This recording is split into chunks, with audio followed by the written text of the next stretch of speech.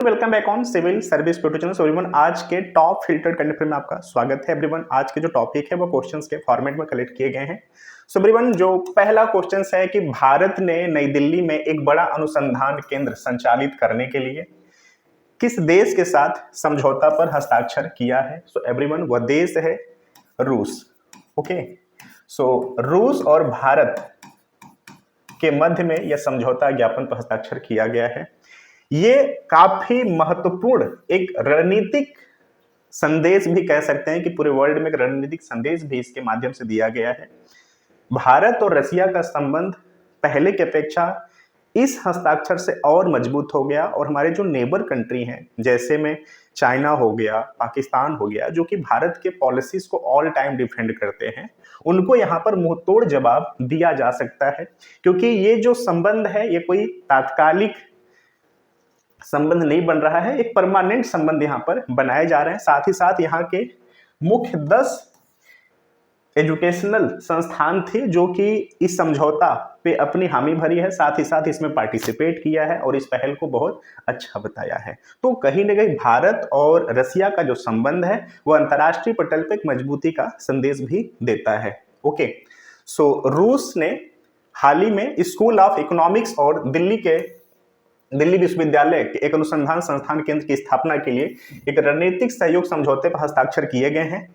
नई दिल्ली भारत रूसी शिक्षा शिखर सम्मेलन की मेजबानी की, जो कि द्विपक्षीय संबंधों में एक ऐतिहासिक कार्यक्रम है जिसमें विभिन्न क्षेत्रों से 60 रूसी विश्वविद्यालय ने भाग लिया। शिखर सम्मेलन का उद्देश्य भारत और रूस के बीच शैक्षिक संबंधों को बढ़ावा और सहयोग को बढ़ावा देना है, जो कि उनकी साझेदारी में एक महत्वपूर्ण मील का पत्थर है। अंतर्राष्ट्रीय रूप से काफी मजबूत इस पहल को देखा जा रहा है और इससे जो पड़ोसी देश है ना, जो कि भारत के पॉलिसीज को ऑल टाइम डिफेंड करते हैं, भारत के द्वारा लिए गए जो भी फैसले होते हैं अंतर्राष्ट्रीय रूप में उसको ऑल टाइम डिफेंड करते हैं, उनके लिए काफी ये दुख का संदेश पहुंचा है। नेक्स्ट है, किस देश में प्योलजी 1-2 विमान भेदी मिसाइल का परीक्षण किया गया है? सो वह देश है उत्तर कोरिया। अब इस परीक्षण से किसको दुख पहुंचा है, किसने निंदा की है? तो वह है दक्षिण कोरिया और यूएस। इन्होंने इस परीक्षण का, इस मिसाइल का भी निंदा किया है। सो 20 अप्रैल 2024 को उत्तर कोरिया ने कोरिया के पश्चिमी सागर में प्योलजी 1-2 एंटी एयरक्राफ्ट और हवासल 1 रा-3 सुपर बड़ी रणनीतिक क्रूज मिसाइलों के परीक्षण की घोषणा की है। ओके, तो थोड़ा सा मिसाइल का नाम आप इंपॉर्टेंट है, याद रखना। नेक्स्ट है, राष्ट्रीय सुरक्षा गार्ड एनएसजी के महानिदेशक के रूप में किसे नियुक्त किया गया है? सो वह वरिष्ठ आईपीएस अनिल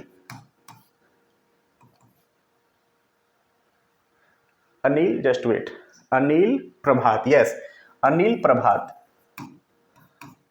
प्रभात हैं, जिनको कि एनएसजी का नया महानिदेशक नियुक्त किया गया है। सो वरिष्ठ आईपीएस अधिकारी अनिल प्रभात को भारत के राष्ट्रीय सुरक्षा गार्ड का महानिदेशक के रूप में नियुक्त किया गया है, जो कि आतंकवाद विरोधी और अपहरण विरोधी अभियानों के लिए जिम्मेदार हैं। जम्मू कश्मीर में सीआरपीएफ के अतिरिक्त महानिदेशक के रूप में कार्यरत वह आंध्र प्रदेश कैडर के 1992 के आईपीएस बैच के ऑफिसर हैं। ओके, नाम प्लीज याद रखना।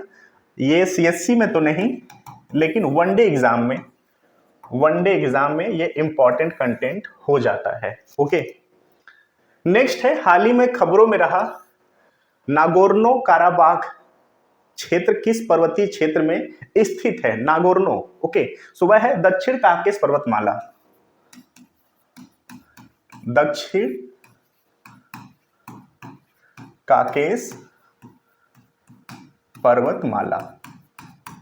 ओके, ये स्थिति प्लीज आप याद रखना। सो अजरबैजान द्वारा अर्मेनियाई अलगाववादियों से नियंत्रण हासिल करने के बाद रूसी शांति सैनिक नागोर्नो कराबाख से हट रहे हैं। नागोर्नो कराबाख, जिसे अर्टाक भी कहा जाता है, दक्षिण काकेकस में एक पहाड़ी क्षेत्र है जिस पर 1970 में अजरबैजान और अर्मेनियाई दोनों के द्वारा दावा किया जा रहा था। हालांकि अंतर्राष्ट्रीय स्तर पर इसे अजरबैजान के हिस्से के रूप में मान्यता प्राप्त है, लेकिन यह मुख्य रूप से जाति अर्मेनियाई लोग रहते हैं, उनकी अपनी सरकार भी यहाँ पर है। ओके, तो थोड़ा सा मैपिकल आप एनालिसिस भी करना इसके लिए, ठीक है। सो अभी जो चर्चा में था सो दक्षिण काकेकस ये पहाड़ी सीरीज है। नेक्स्ट है, हाल ही में खबरों में आया सेंग खिहलंग उत्सव किस राज्य में मनाया जाता है? सो वह राज्य है मेघालय, वह राज्य है मेघालय। ओके, सो 34वां सेंग खिहलंग उत्सव मेघालय के वाहियाजेर के में संपन्न हुआ। सेंग खासी सेन राजस्व द्वारा आयोजित यह खासी स्वदेशी आस्था के अनुयायियों को एकजुट करता है। एक मुख्य आकर्षण मनोलिथ का आदान प्रदान जो कि एकता का प्रतीक है। तो ये भी टर्मिनोलॉजी आप याद रखना। मैं भी आपसे पूरा मामला ना पूछ करके पूरा का पूरा आपको दे दिया जो कि आप पढ़ रहे हो, और लास्ट में पूछ लिया इस किसका प्रतीक है, तो एकता का प्रतीक है। नेक्स्ट है, FID कैंडिडेट टूर्नामेंट जीतने वाले सबसे कम उम्र के पुरुष शतरंज खिलाड़ी कौन बने हैं? देखिए ये अभी इस बार दूसरी बार चर्चा में आए हैं, तो प्लीज आप इसका नाम याद रखना, इनका डी गुगेस। ये 17 वर्षीय हैं,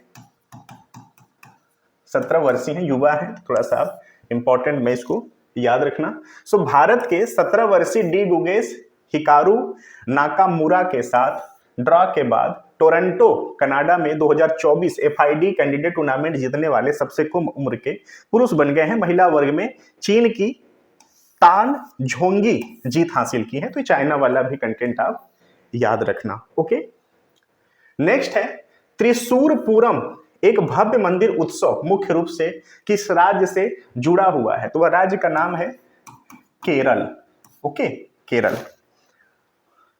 सो त्रिशूरपुरम विश्व स्तर पर मनाया जाने वाला एक भव्य मंदिर उत्सव है। केरल के समृद्ध संस्कृति और विविधता का प्रतीक है। परंपरा में निहित सहसंगीत, जुलूसों, मेलों और आतिशबाजी के साथ सभी पृष्ठभूमि के लोगों को एकजुट करता है। 1796 में सल्तनत थुरम्पुर द्वारा स्थापित यह मंदिर उत्सवों की निरंतरता सुनिश्चित करता है। ओके, तो ये थोड़ा सा कंटेंट आप याद रखना कि 1796 में सक्तीन थुरपुर द्वारा स्थापित यह मंदिर उत्सवों की निरंतरता को सुनिश्चित करता है। तो ये कंटेंट एग्जाम में भी आपसे पूछा जाए, ठीक है। तो ये थोड़ा सा प्लीज याद रखना। ओके, नेक्स्ट है, भारत के प्रधानमंत्री ने किस स्थान पर भगवान महावीर निर्माण महोत्सव का उद्घाटन किया है? सो एवरीवन, वह जगह है न्यू दिल्ली।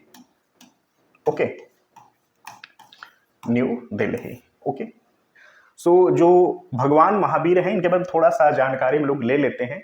देखिए, इनका जो जन्म है वह 500 लगभग 48 का वह समय था, 548 या 540 समथिंग, 540 ईसा पूर्व में इनका जन्म हुआ था, ठीक है। और 468 ईसा पूर्व में इनकी मृत्यु हुई थी। और जैन धर्म में मृत्यु को निर्वाण कहते हैं, ठीक है। इनको निर्वाण की प्राप्ति हुई थी, ठीक है। कहां पे? पावापुरी, बिहार। ओके, 30 वर्ष की उम्र में इन्होंने गृह त्याग किया था। ओके, 42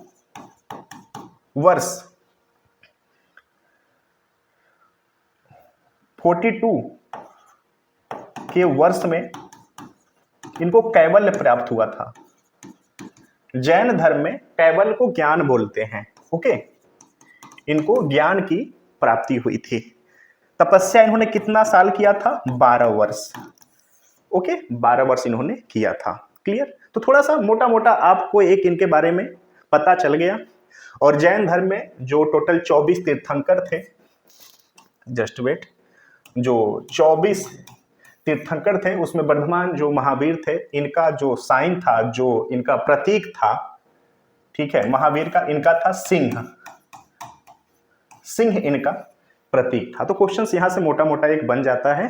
और इनका जन्म, इनका गृह त्याग का टाइमिंग क्या था, 42 वर्ष के उम्र में इनको कैवल्य, यानी कि जैन धर्म में उसको कैवल्य को ज्ञान बोलते हैं, ज्ञान की प्राप्ति हुई।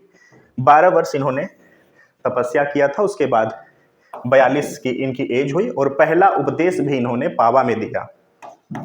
पहला उपदेश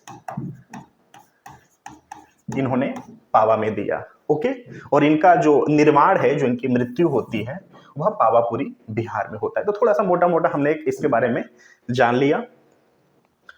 प्रधानमंत्री नरेंद्र मोदी ने महावीर जयंती पर नई दिल्ली में 2550वें भगवान महावीर निर्वाण महोत्सव का उद्घाटन किया।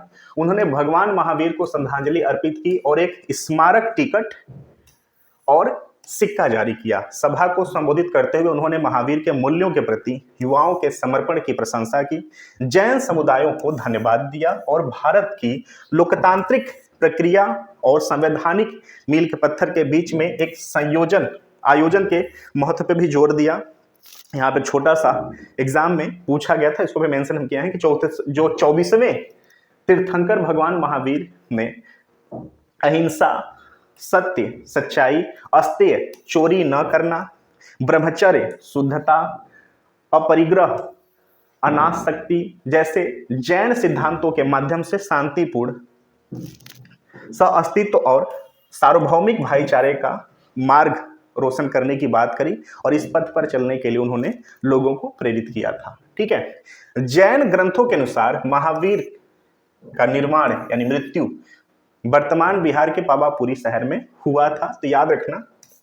और 468 ईसा पूर्व का वह समय था जब इनको निर्वाण की प्राप्ति हुई थी और 540 ईसा पूर्व में इनका जन्म हुआ था। ओके, जस्ट वेट,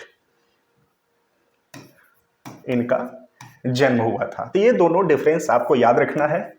72 वर्ष इन्होंने धरती पर लोगों के जीवन को शुद्ध और वैचारिक बनाने का इन्होंने कोशिश किया। 72 वर्ष इनका आयु था टोटल। 30 वर्ष के उम्र में इन्होंने गृह का त्याग किया था। 42वें वर्ष इनको कैवल्य यानी ज्ञान की प्राप्ति हुई थी। ओके, सो एवरीवन, एक मोटा मोटा जानकारी हमने इसमें जान भी लिया और जो कंटेंट था उसके बारे में भी एनालिसिस किया। अगर आपको ये एनालिसिस एग्जाम के रिलेवेंट लगते हैं तो प्लीज छोटा सा शॉर्ट नोट्स भी आप जरूर बनाएं। Thank you so much for